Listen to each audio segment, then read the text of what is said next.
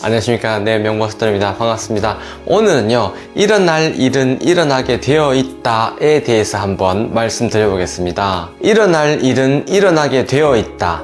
받아야 할 과보는 받게 되어 있다. 이 문장을 이해하는 것이 굉장히 중요하거든요. 예전에 한 농부가요, 소를 이용해 가지고 밭을 갈고 있었어요.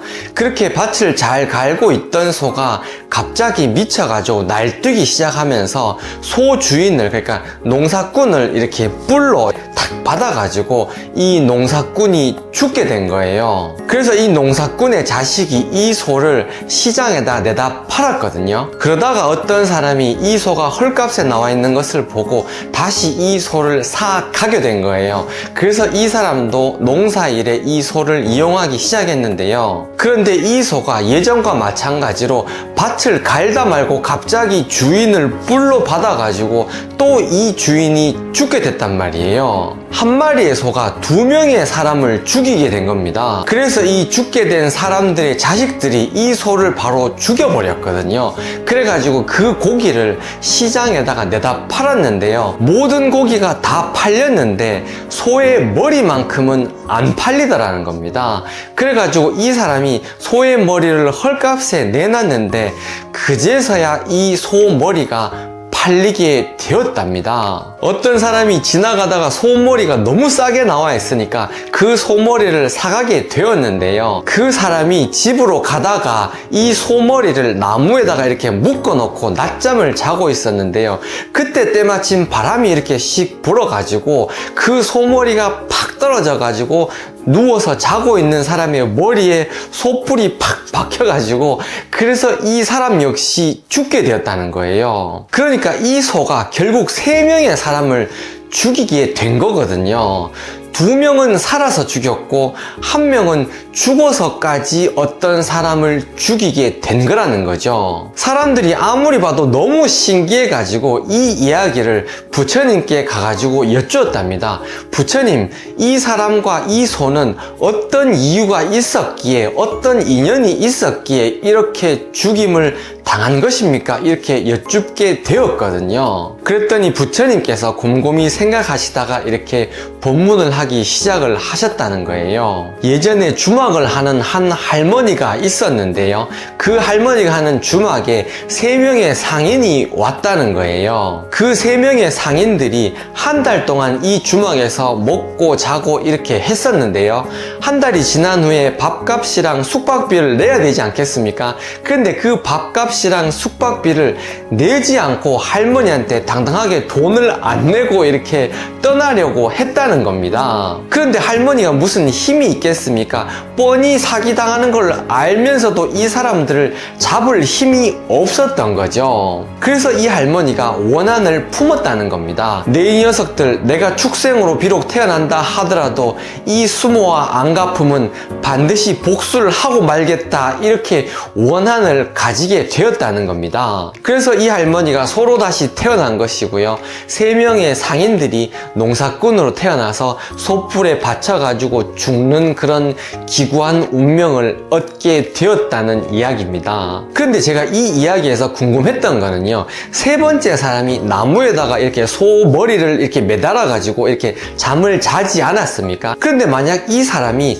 나무에다가 소 머리를 묶어두지 않았다면 과연 소뿔에 받쳐가지고 죽지 않았을까? 이게 궁금하더라는 겁니다. 제가 지금 생각하기로는요, 이 사람은 나무에다가 소뿔을 묶지 않았어도 가다가 넘어져가지고 이렇게 소뿔에 부딪혀서 죽든 간에 어떻게 해서든지 간에 소뿔에 부딪혀가지고 죽지 않았을까? 이런 생각이 들더라는 겁니다. 왜냐하면요, 살아가다 보니까요, 일어날 일은 어떻게든 일어나게 되어 있더라고요. 저의 경험에 비춰봐서도 그렇고요. 이론으로 따져봐도 그것이 더 이치에 맞고 합당하더라는 겁니다. 제가 지금 생각하기에는요, 평생 흘려야 할 땀이 정해져 있는 것 같은데요. 그 흘려야 할 땀을 흘리지 않으면 질병이 생기는 것 같더라고요. 아토피 역시 그러한 질병이 아닌가라는 생각이 들었는데요.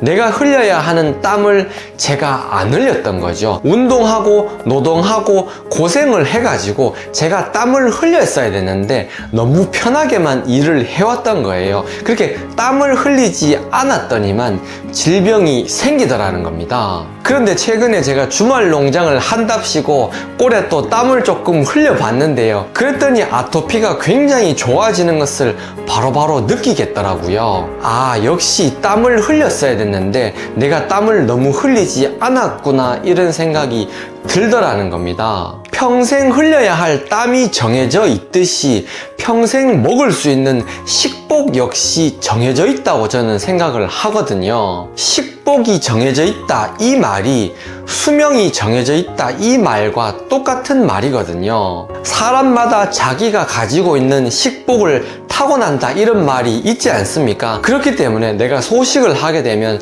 이 수명이 더 늘어나게 된다는 겁니다. 반대로 내가 과식을 하게 되면, 많이 먹게 되면, 폭식을 하게 되면 수명이 그만큼 줄어들 수밖에 없다는 겁니다. 저희 어머니께서 돌아가시기 얼마 전에요, 제가 용한 점쟁이를 만난 적이 있거든요. 그런데 그 점쟁이가 너무 신기하게도 생년월일과 이름을 이렇게 이야기하면은 너무 신기하게 다 맞추는 거예요. 백발백중 그 사람의 성격과 그 사람의 대충적인 운명을 너무 신기하게 다 맞추더라는 겁니다. 그때 당시 제 딸이 한 6살인가 그렇게 했었을 텐데요. 근데 그 점쟁이가 이야기하기를 저희 아버지는 제 딸이 결혼할 때까지, 그러니까 손주 사위를 볼 때까지 저희 아버지는 건강하게 장수하실 것입니다, 이렇게 이야기를 하는 거예요. 그리고 난 다음에 저희 어머니는 지금 아픈데 다시 건강을 회복하시겠습니까? 이렇게 물었었는데요. 그런데 그때 그 무속인이 아무 대답도 하지 않으셨거든요. 그러고 얼마 안 있어가지고 저희 모친께서 돌아가시게 되었다는 거예요. 저희 어머니는 인공관절 수술을 받으시다가 돌아가셨거든요. 그러니까 무릎 관절 수술을 받으셨는데요. 어떻게 보면 다리가 한 개 다 날아간다 하더라도, 다리를 자른다 하더라도 생명에는 아무 지장이 없어야 되는 게 맞거든요. 어디까지나 이건 의료사고였는데요. 그래서 한번 생각을 해봤죠. 이게 과연 의사의 과실인가? 아니면 우리 어머니의 운명이 여기까지라서 어머니께서 돌아가신 것인가? 거기에 대해서 제가 깊고 깊게 한번 생각을 해봤단 말이에요. 지금 생각해보니까요, 이게 두 가지 요인이 얽혀 있더라고요. 이 의사의 과실도 맞고요, 그리고 저희 어머니의 운명이 여기까지라는 말도 맞더라는 겁니다. 그때 제가 뭔가를 알게 됐다는 겁니다. 아, 사람의 생명이라는 것은 어느 정도 큰 틀에서 정해져 있는 것이구나. 죽을 때가 되면 뭐를 해도 이 죽음을 피할 수가 없는 것이구나 하는 것을 알게 되었다는 겁니다. 이 말을 거꾸로 하게 되면요, 사람이 죽을 순간이 아니라면 뭐를 하든지 간에 죽지 않는구나 하는 것을 알게 됐다는 겁니다. 그러니까 세상을 살아가면서 큰 일이 생길까 너무 걱정 안 해도 된다는 겁니다. 일어날 일은 일어나게 되어 있고, 일어나지 않을 일은 일어나지 않는다는 겁니다. 무시당할 사람은 내가 무시하지 않아도 결국 사람들에게 무시를 당하게 되어 있고요, 사랑받을 사람은 내가 굳이 이 사람을 사랑하지 않아도 누군가한테 사랑을 받든 간에 이 사람은 사랑을 받게 되어 있다는 겁니다. 돈 떼먹은 김철수와 절교를 했다고 하더라도 제2의 김철수가 또 나타나가지고 돈을 떼어먹게 되어 있다는 겁니다. 왼수 같은 남편과 헤어졌는데 또 제2의 왼수 같은 그런 놈이 나타나가지고 나를 골탕 먹이게 되어 있다는 겁니다. 악덕 사장과 이별을 했는데도 불구하고 새로운 회사에 들어갔는데 또다시 새로운 악덕 사장을 만날 수밖에 없더라는 겁니다. 기껏 고생해가지고 사이비 종교에서 나왔는데 또다시 새로운 사이비 종교에 빠지게 되더라는 겁니다. 내가 변하지 않는 한, 내 업이 다하지 않는 한, 악연을 끊어도 그와 비슷한 제2, 제3의 악연이 계속해서 나오더라는 겁니다. 그러니까 상대가 문제가 아니더라는 거죠. 겉으로 드러나는 그 겉모습, 그것만 봐서는 안 된다는 겁니다. 진짜 근본 원인, 나의 업이 다 끊어지지 않았다, 나의 빛이 다 해결되지 않았다, 그것이 더 근본적인 원인이더라는 겁니다.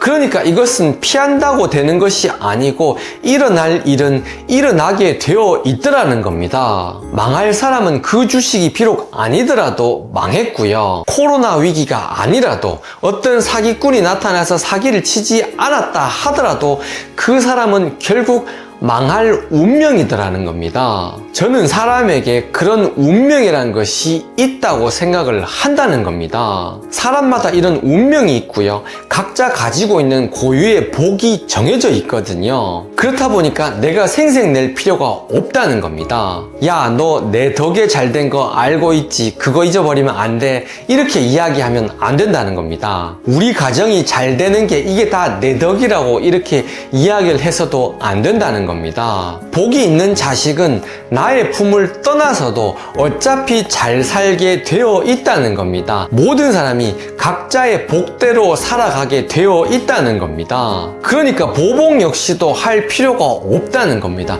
내가 내 손에 피를 묻혀가지고 굳이 그 사람을 이렇게 찌르지 않아도, 보복하지 않아도 그 사람은 어차피 세상이 등을 돌리게 되어 있다는 겁니다. 세상이 이 사람한테 벌을 주게 되어 있다는 겁니다. 야, 명보살돌이, 운명이 그렇게 다 정해져 있으면 그러면 노력도 안 해도 되겠네. 어차피 받을 복은 정해져 있고 내가 잘하든 못하든 내가 받는 건 똑같다는 말 아니야. 여러분들, 내가 어떻게 노력하든 안 하든 잘하든 안 하든 내가 받을 것은 어차피 정해져 있고 똑같기 때문에 내가 지금 노력을 안 해도 되지 않냐 이렇게 생각을 할 수 있지 않습니까? 근데 그게 아니라는 겁니다. 그것이 정해져 있고 오늘 내가 그 결과를 바꿀 수 없다는 것, 그 사실 때문에 더 노력을 해야 된다는 겁니다. 그게 무슨 뚱딴지 같은 소리냐? 예전에 내가 해왔던 과거의 행동 때문에 오늘의 결과가 이렇게 정해져 있는 거거든요. 픽스 된 거거든요. 고정이 된 거거든요. 그것과 마찬가지로 내가 지금 어떻게 행동하고 내가 어떻게 노력하느냐에 따라서 10년 이후, 그리고 20년 이후, 그리고 다음 생, 그리고 다다음 생에 내가 어떤 건강을 가지고 태어나느냐, 내가 어떤 자산을 가지고 태어나느냐, 내가 어떤 복을 가지고 태어나느냐가 결정이 된다는 겁니다. 그때 가서는 아무리 발버둥 쳐도 그것을 바꿀 수가 없다는 겁니다. 악연은 악연으로밖에 만날 수가 없고 인연은 인연으로 만날 수밖에 없고 그때는 받아들일 수밖에 없다는 겁니다. 그때 가서는 변화를 줄래야 줄 수가 없다는 겁니다. 그렇기 때문에 내 주변 인연 한 분 한 분에게 모든 공을 다 드려야 된다는 겁니다. 그래서 지금 공부를 해야 되고, 지금 운동을 해야 되고, 지금 돈을 벌어야 되고, 지금 노력을 해야 되고, 지금 복을 쌓을 수 있을 때 복을 쌓아 놔야 된다는 겁니다. 운명이라는 것이 있기 때문에 노력을 안 해도 되는 것이 아니라 운명이 있기 때문에 노력을 그만큼 더 열심히 해야 된다는 겁니다. 구독자 여러분, 여러분과 저 역시도 만나야 할 인연이고 만나야 할 때가 되어서 이렇게 다시 만난 게 아닌가 저는 이렇게 생각을 하고 있는데요. 이렇게 좋은 인연으로 저의 앞에 다시 나타나 주셔서 너무 감사드립니다. 너무 반갑습니다.